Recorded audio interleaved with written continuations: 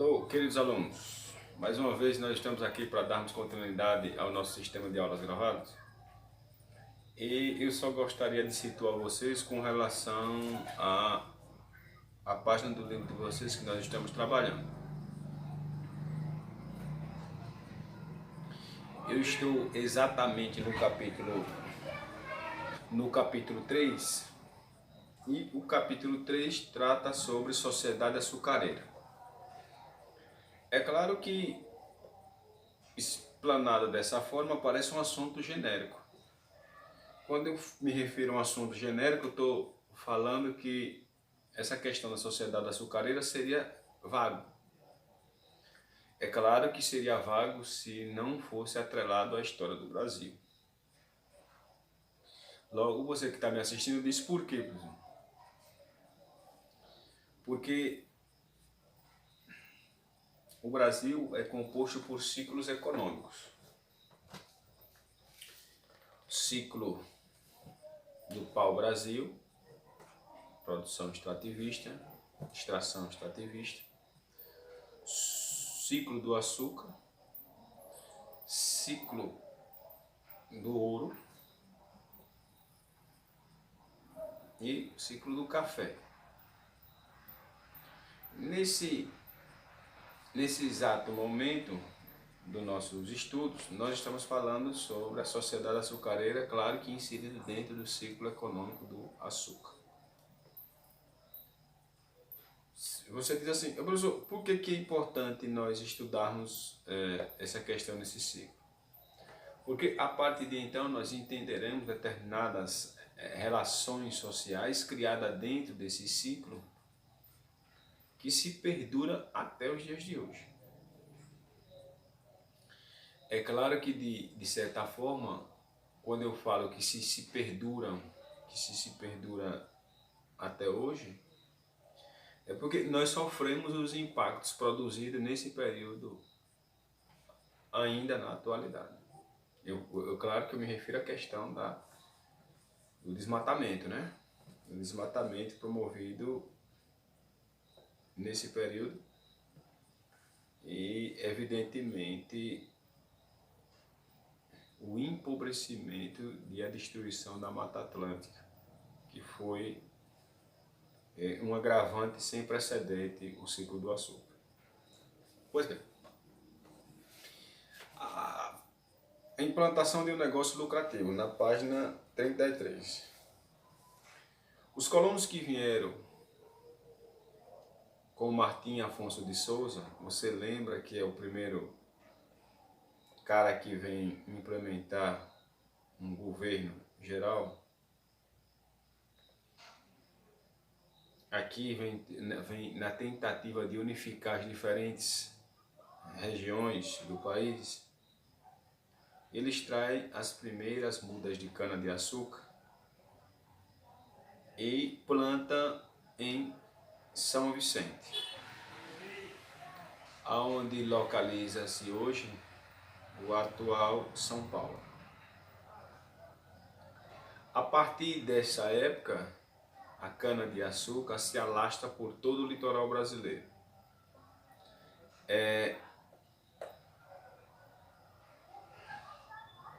O ciclo do açúcar vem substituir a extração do pau-brasil, já que esta está sendo deteriorada pela exploração desenfreada. Quando eu falo sobre essa questão, é claro que eu tenho que analisar as condições em que foram estabelecidas os plantios de cana-de-açúcar. É claro que o clima vai influenciar na possibilidade de plantio e, consequentemente, o solo de massapê presente no litoral, principalmente no Nordeste. Daí a potência do Nordeste na produção dessa iguaria tão rara na Europa. Você sabe que até hoje o açúcar produzido na Europa vem a partir da beterraba. E os portugueses já dominavam o cultivo da cana-de-açúcar em algumas ilhas suas e algumas colônias já na África. Então, os portugueses dominavam a plantação e os holandeses comercializavam. Com relação aos motivos para a produção da cana-de-açúcar, nós temos que entender que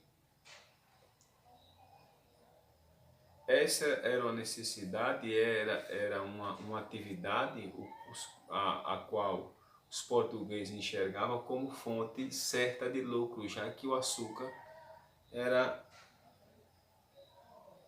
uma iguaria rara na Europa, como eu já disse anteriormente. Então, quando nós levarmos em consideração a formação dos engenhos,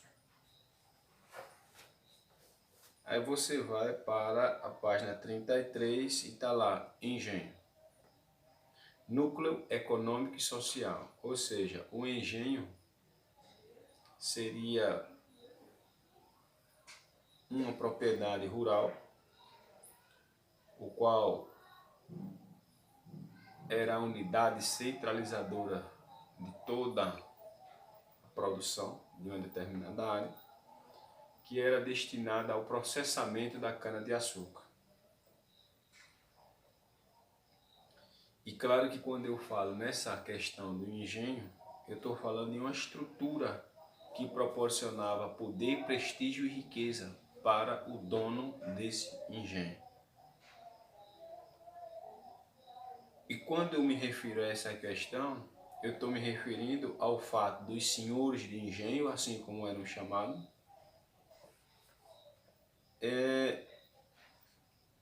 ter influência política e dentro desse processo, como nós já vimos, usufruir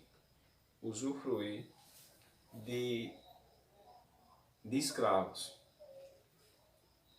Então, dentro dessa perspectiva, meus alunos, cria-se um termo chamado a Casa Grande, o qual estabelecia o dono do engenho e, consequentemente, a senzala.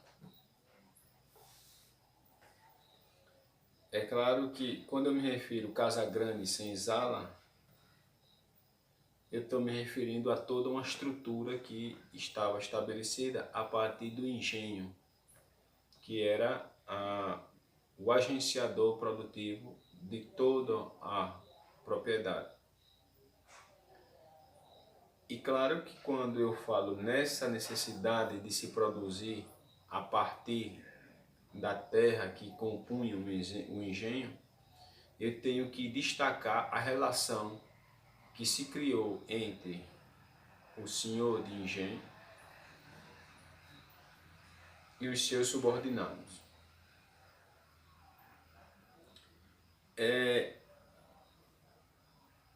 Dentro do engenho haviam diversas ocupações, como comerciantes, pescadores, ferreiros, carpinteiros, feitores, mestres de açúcar, purgadores e agregados, padres, alguns funcionários do rei,